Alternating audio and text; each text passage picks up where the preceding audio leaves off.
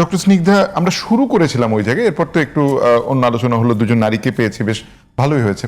কিন্তু যে বিষয়টা ছিল আজকের আলোচনার, সেটার সঙ্গে জানতে চাই যে এখন কিন্তু যেটি বলছিলাম যে সংসদ এবং মাঠের রাজনীতি, এটি অন্য যে কোনো ইস্যুর চেয়ে, মানে সরকারের ব্যর্থতা, সরকার কোথায় কোথায় সাফল্য পাচ্ছে সেটা নিয়ে সরকারের রাজনীতি, বা সরকারি দলের বিরোধী দল রাজনীতি করবে সরকারের ব্যর্থতা নিয়ে, অনেকগুলো ক্রাইসিস হয়তো আছে, কিন্তু তার ছাপিয়ে আমরা দেখছি যে মাঠের রাজনীতিতে বিশেষ করে বিরোধী দলের প্রধানতম ইস্যু হচ্ছে জুলাই গণভোট এবং জুলাই সনদ। এগুলো নিয়ে তারা আগাচ্ছে এবং সরকারকে যেমন বলছে যে সরকার আসলে এটি নিয়ে প্রতারণা করেছে মানুষের সঙ্গে, সরকার যে বাস্তবায়নটি করছে না সেটা একটা পরোক্ষ হুমকিও আছে যে সরকারকে বাধ্য করা হবে, একটা আলটিমেটামও দেওয়া হচ্ছে সবশেষ সমাবেশ থেকে। এটিকে কিভাবে দেখেন? মানে রাজনীতির যে চলমান প্রবাহ সেটিতে জুলাই মিশে থাকবে সেটি স্বাভাবিক, কিন্তু রাজনীতির একমাত্র হাতিয়ার জুলাই হবে, সেটি কি আসলে মানে ইতিবাচক নাকি নেতিবাচক? আমি প্রথমেই বলেছি আপনাকে যে এটি হচ্ছে জুলাইয়ের জন্য ক্ষতিকর। আমার দুঃখ, মানে ওইটা আমি বারবার বলছি যে দেখেন, ৭১-এর মুক্তিযুদ্ধ হবার পরে কেউ কিন্তু মুক্তিযুদ্ধ মানবো না বা মানি না, এটা যারা বলেছেন তাদের তো ঐতিহাসিক দায় আপনার চোখের সামনেই আছে, ঠিক আছে। কিন্তু ৭১-কে কিন্তু সকলকে ধারণ করতে পারতে হয়েছে। ৬৯-এর গণঅভ্যুত্থান এবং বাংলাদেশ, ৯০-এর যে এটা দেখলেন আপনি, এরশাদ বিরোধী আন্দোলন হয়েছিল, সেটাও কিন্তু একটা গণঅভ্যুত্থান ছিল। এবং তার পরবর্তী থেকে তখন এসে কিন্তু কেউ এটা বলছে না যে আমরা ওই সিস্টেমটা মানবো না। তো এখন ঘটনা হয়েছে কি, জুলাই সনদ, জুলাইয়ের এই কিছু, এটা নিয়ে অনেকের অনেক মতামত থাকতে পারে। আমি এটা নিয়ে কোনো বক্তব্য এই জন্য দিতে চাই না, তার কারণ আমি একজন গণমানুষ হিসেবে আমি জুলাই সনদের সাথে নিজেকে কানেক্টেড বোধ করি না।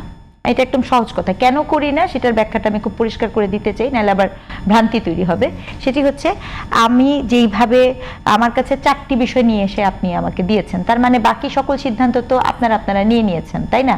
তো আমি তো ওই সিদ্ধান্তের মধ্যে তো আমার অনেক আপত্তি থাকতে পারে।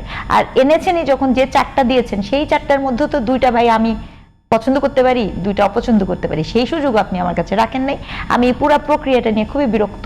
এবং ওখানে যে ভাষা আপনি দিয়েছেন, ঠিক আছে, আমি আপনাকে একদম একটা ছোট্ট অভিজ্ঞতা না বললেই না, বিশ্বাস করবেন, আমি আমার একজন শিক্ষার্থীকে জিজ্ঞেস করেছি, আচ্ছা এই উচ্চকক্ষ, এটা সম্পর্কে তুমি আমি পড়েছি, রিডিং পড়েছি, এটা তুমি কি বোঝো? সে ফার্স্ট ইয়ারে মাত্র এসেছে। তখন সে আমাকে কি উত্তর দিয়েছে জানেন? আমাদেরকে বলছে যে ম্যাডাম, এটা কি প্রক্ষালন কক্ষের মতো কোনো কিছু? এখন আমি জানি অনেকে প্রক্ষালন কক্ষ মানে কিছু বুঝবে না, কিন্তু আমাদের ওখানে বাংলায় লেখা আছে।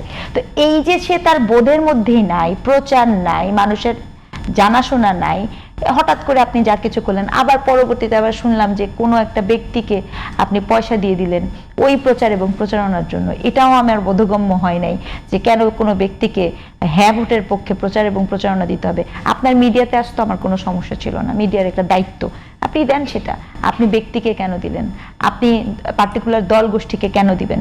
এগুলো নিয়ে কথা বললে অনেক কথা বলতে হয়। কিন্তু ডক্টর সিং, একটু পরিষ্কার করি যে ধরেন আপনার প্রক্রিয়াগত জায়গাতে আপনার আপত্তি থাকতে পারে, আপনি বলছেন যে আমি ভোটার বা গণমানুষ হিসেবে আমার আপত্তি আছে, কিন্তু যেই আকাঙ্ক্ষায় বা যেটি বাস্তবায়ন করার জন্য এটি করা হচ্ছিল সেটি নিয়ে আপনার কোনো ধরনের আপত্তি আছে? বাস্তবায়ন, আমি আবারও বলছি যে ওই জায়গাটাতে বাস্তবায়ন হলে, বা জুলাই সনদে আসলে কি আছে, জুলাই সনদে এমন কি জিনিস নিয়ে আসা হয়েছে যেটি আমার ব্যক্তি জীবনে, আপনার ব্যক্তি জীবনে বা আমার ইসেতে, আমি সেখানে যেটা দেখতে পাচ্ছি, আমার মনে হচ্ছে আরো অনেক কিছু সেখানে থাকার কথা ছিল যেগুলো নাই। আমি কি বুঝাতে পারছি ব্যাপারটা? আপনি এখানে পুরো শুধু রাজনৈতিক সিস্টেম পরিবর্তন নিয়ে আলাপ করেছেন, কিন্তু আমি তো মনে করি ভাই, আমি হাসপাতালে যাব, আমি হাসপাতালে বেড পাওয়ার জন্য আমার একজন রেফারেন্স লাগবে, অমুক নেতা লাগবে, আমি তো এটা হতে চাই না। এটা তো আমি আমার জুলাই সনদে পাচ্ছি না।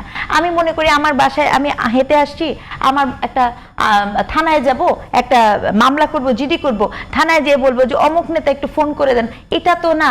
আমি থানায় যাব, আমার জিডি আমি করব, বাসার মধ্যে বসে করব, এটা তো আমি জুলাই সনদে পাই নেই ভাই। আপনি কি বুঝাতে পারছি? আমি জুলাই সনদে যা দেখি সেটা আমার দেখে মনে হচ্ছে এগুলো হচ্ছে রাজনৈতিক ব্যক্তিবর্গের রাজনৈতিক পরিবর্তনের আকাঙ্ক্ষা।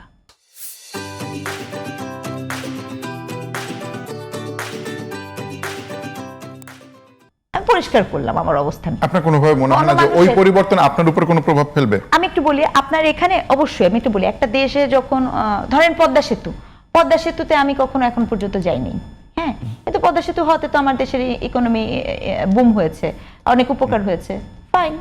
কিন্তু এটা সরাসরি আমার জীবনের সাথে কানেক্টেড না। জুলাইয়ের ব্যাপারটা অনেকটা এরকম যে সনদটা এই মুহূর্তে আছে, এই মুহূর্তে সনদটা ওই রকম একটি পরিবর্তন আনতে পারে যেটি আমার রাষ্ট্রীয় রাজনৈতিক ব্যবস্থা আনতে পারে, কিন্তু আমি যে এই প্রতিষ্ঠানের চাই আমার এভরিডে লাইফের, সেখানে আমি এটার কোনো ধরনের ইম্প্যাক্ট দেখি না। আমার অবস্থান খুব পরিষ্কার, এবং সেই জায়গাটা থেকে এটা নিয়ে আপনি আমাকে জিজ্ঞেস করলে, ওই যে সহজ বাংলায় বললে, আমি যদি এখন একটু রাজনৈতিক একটু ভারী ভারী ভাব নিই, তাহলে আমি আপনাকে আলাদা একটা এপিসোডে ওটা ব্যাখ্যা দিতে পারি।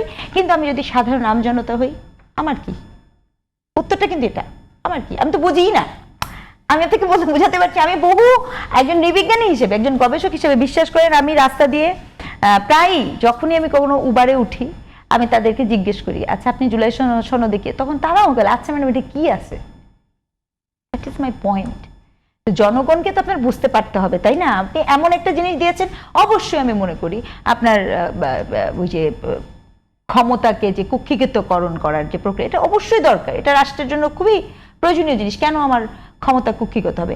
আসলে কি জানেন, সত্যিকার অর্থে সনদ, জুলাই সনদের এই পুরো ব্যাপারটা আমার কাছে এখন যেটা মনে হয়, যত না সিস্টেমের থেকেও বেশি গুরুত্বপূর্ণ হয়ে দাঁড়িয়েছে এই যে যারা এইটার পার্টিসিপেটর, তাদের একটা অ্যাকনলেজমেন্টের সাথে এটা যুক্ত, তাদের অ্যাকনলেজমেন্টের সাথে যুক্ত।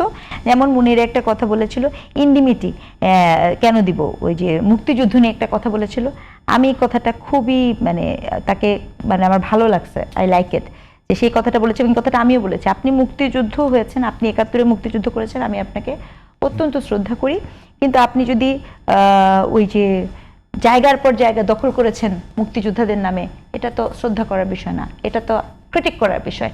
সেই গাটস আমার থাকতে পারতে হবে। আমি আরো খুশি হতাম যখন জুলাই যুদ্ধ হওয়ার পরে, যেহেতু জুলাই যোদ্ধারা জুলাই যুদ্ধ বলেন, সেই জায়গা থেকে বলছি, যখন জুলাই আন্দোলনটা হবার পরে আমি খুশি হতাম যদি ওই সময়ের যেই শিক্ষার্থী নেতা শারমিন মুর্শিদকে বলছেন, আমরা পরীক্ষা দিব না, আমরা ইন্টারমিডিয়েট পরীক্ষা দিব না, আমরা জুলাই করেছি, শেখ হাসিনাকে সরিয়ে দিয়েছি, আমাদের কথা শুনতে হবে, এই কথাটা আমার কানের মধ্যে ঝন ঝন ঝন করে বাজে।